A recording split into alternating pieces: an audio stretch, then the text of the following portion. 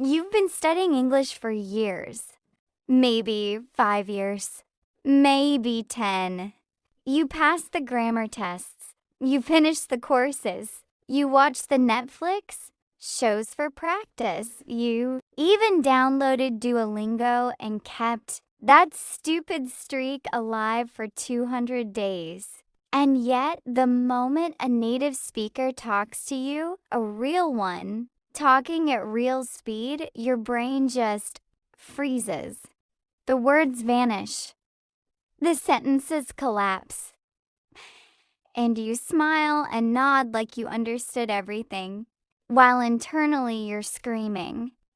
So, what is going on? Are you not smart enough? Not talented enough? Do you just not have the gift for languages? No, the answer is none of those things. And today, I'm going to tell you the actual reason, probably reasons, plural, why you still can't speak English. And I promise you, once you hear this, it's going to completely change how you study. Section 1, the grammar trap. Let's start with the biggest one, the one that wastes more time than anything else. You were taught English, but you were never trained to speak it. There's a massive difference between those two things. In school, English class meant grammar, verb tenses, conditionals, passive voice. You memorized rules. You filled in blanks on worksheets. You learned about English the same way you'd learn about history, as information to be stored in your brain. But here's the problem. Speaking isn't an intellectual activity. It's a physical one. It's a reflex. Think about your first language. When you say something in your native language, do you consciously think, okay, this requires a present perfect tense. The subject comes before the verb, and I need to use a reflexive pronoun here? Of course not. It just comes out automatically, instantly. That's because your native language isn't stored as rules in your brain. It's stored as patterns built through thousands of hours of hearing, repeating and using the language in real situations. Your English? It's stored as rules. Rules that your brain has to consciously look up every single time. You want to say something? And by the time you've found the rule, conjugated the verb, and assembled the sentence, the conversation has already moved on. The fix is not to learn more grammar. The fix is to move English from your knowledge brain to your automatic brain. And the only way to do that is through massive repetition and actual speaking, not studying. Section 2, you're not speaking enough. This one might sound obvious, but stay with me, because most people are making this mistake without realizing it. You are not speaking enough English, not even close. But I practice every day. I hear you. But what does practice actually look like? For most learners, it looks like this: watching YouTube videos in English, listening to podcasts, reading articles, maybe doing some exercises in an app.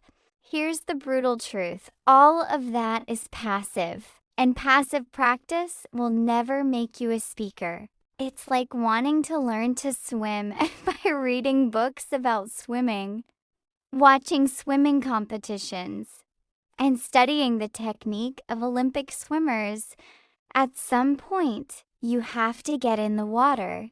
Research and language acquisition is very clear on this. You need output, actually producing the language to build fluency. And most learners spend maybe 5% of their study time actually speaking. The other 95% is input and study. Flip that ratio, or at least get it to 50/50. And here's the thing, you don't even need a conversation partner to start. Talk to yourself. Narrate your day in English. Describe what you're cooking. Argue with yourself about a decision you're making. It feels weird. Do it anyway. The goal is to force your brain to retrieve English under pressure, in real time, with no safety net. That's what builds fluency. Section 3, you're terrified of mistakes. Let's talk about the real elephant in the room. Fear. Most English learners, especially intermediate and advanced ones, are absolutely terrified of making mistakes in front of other people. And this fear is doing more damage to your English than any grammar gap ever could. Here's what fear does to you physically. It activates your stress response. Your body treats the possibility of saying something wrong the same way it treats physical danger. Cortisol floods your system. Your working memory, the part of your brain you need to construct sentences actually, shrinks under stress. So the more afraid you are, the worse you perform. It becomes a self-fulfilling prophecy. And where does this fear come from? Usually, school. Years of being corrected in front of classmates. Years of losing points for mistakes. Years of learning that errors are bad, something to be avoided, something to be ashamed of. But in real language learning, mistakes are not the enemy. Mistakes are the curriculum. Every time you say something wrong and someone corrects you, or you notice it yourself, that is a learning event that sticks. It sticks far better than any grammar lesson ever will. The most fluent non-native speakers you've ever met, they all have one thing in common. They stopped caring about being perfect. They decided that communicating, even imperfectly, was more important than being correct. Make that decision. Give yourself permission to be messy. The fluency is on the other side of the embarrassment. Section 4. You're studying the wrong English. Okay, let's talk about content. Because even when people do practice speaking, they're often practicing the wrong version of English. What do I mean by that? Think about what most English courses teach you. Hello, my name is underscore. I am from underscore. The weather is nice today. Textbook English. Formal English. English that nobody actually speaks in real life. Real spoken English is completely different. It's full of contractions, filler words, reduced sounds, and informal phrases that never appear in any course. Gonna instead of going to, wanna instead of want, tell, lemme instead of let, me, I don't know instead of I don't, know what's up instead of how are you. If you've only been trained on formal textbook English, real native speakers sound like they're speaking a different language. Because in a way, they are. On top of that, pronunciation is probably holding you back more than vocabulary is. Not your accent is fine. But things like word stress, sentence rhythm, and connected speech. In natural English, words don't come out one by one like beads on a string. They blend together, they swallow sounds, they speed up and slow down in patterns. Study real English. Watch unscripted conversations. Listen to podcasts where people are genuinely talking, not performing. Mimic the rhythm, not just the words. Section 5. You don't have a system. Here's something that separates people who eventually become fluent from people who study forever. Without getting there, a system, a real, consistent, structured system. Most people's English practice is completely random. They feel motivated one day and watch an hour of English content. Then they don't do anything for a week. Then they start a new app. Then they get bored and quit. Then they feel guilty. Then the cycle repeats. Fluency doesn't come from bursts of motivation. It comes from boring, consistent daily habits. What should a good system look like?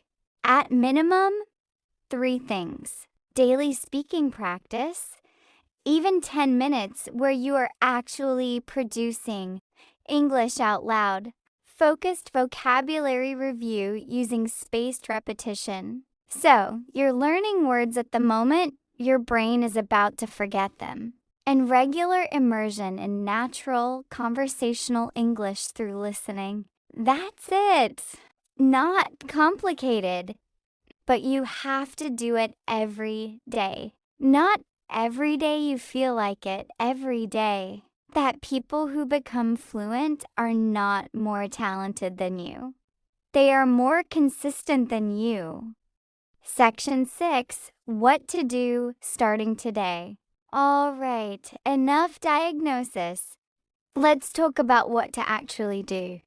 Starting today, here are 4 concrete changes. First, speak before you're ready. Stop waiting until your English is good enough to start speaking.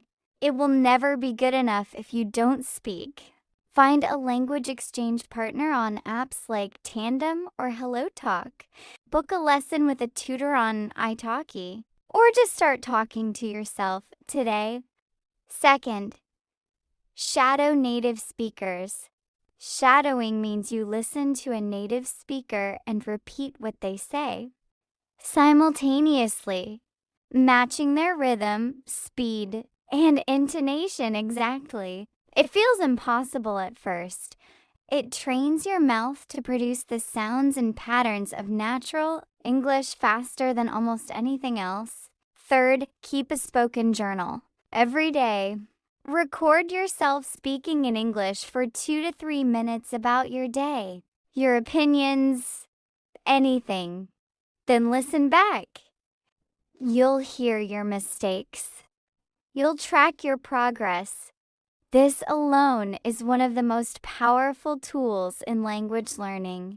Fourth, change your relationship with mistakes. Every mistake is proof you're trying. Write that somewhere. You'll see it. To conclude, here's the truth I want to leave you with. You haven't failed at learning English. The method failed you. You were taught English like a school subject when fluency is actually a skill like playing guitar, or learning to drive, or training for a sport. Skills aren't built in classrooms. They're built through practice, repetition, failure, and more practice. The gap between where you are and where you want to be is not about talent.